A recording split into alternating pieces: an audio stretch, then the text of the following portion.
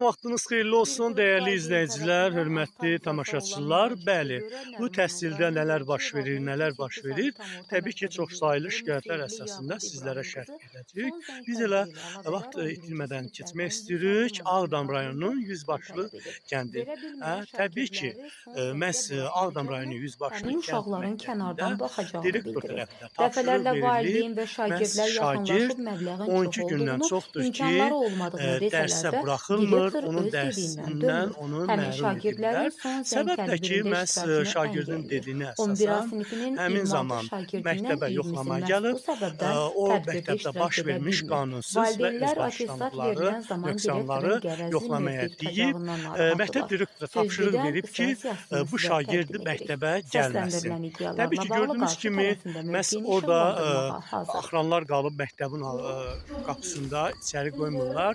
Səbəb kimi bildirirlər ki, məhz uşaq müəllimi söyür. Təbii ki, yəni şagird də deyir ki, müəllim məni təhqir etdi. Təbii ki, yəni müəllim görün özünü nə vəziyyətə qoyub ki, yəni kim olursa olsun öz hörmətini öz əlinin içində saxlamalıdır. Yəni müəllim söyüş söyə bilməz. Ən azından, yəni bunu müəllim də bilir, məktəb direktoru da bilir. Kurkulum deyilən bir sistem ki var. Yəni buna riayət olunmalıdır. Təbii ki, elə orada bilinir ki, orada baş vermiş o qanunsuz və özbaşınalıq onların danışığından bilinir ki, həqiqətən də belə bir faktlar həmin Ağdam rayonunun Yüzbaşlı kənd məktəbində mövcuddur.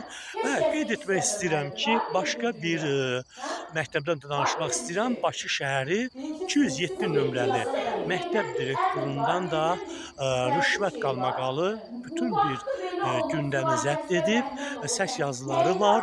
Mən buradan Təhsil Nazirinə birbaşa müraciət etmək istəyirəm. Cənab Emin Əmrullayev. Nə əcəb ki, siz bu görüntüləri görmüşsünüz, bütün sosial medianı zəbt edib, yəni bu qalmaqalı. Yəni bu məsələyə bir aydınlıq gətirin, araşdırın, görün nə problemdir. Biz başa düşə bilmirik ki, bu məktəb yəni şəxsi obyektləridir bu direktorların, şəxsi biznesidirmi?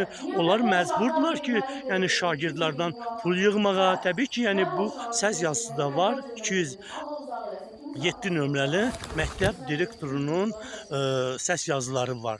Biz ümid edirik ki, yəni müvafiq qurumlar bu arada hüquqi ölçü götürəcəklər.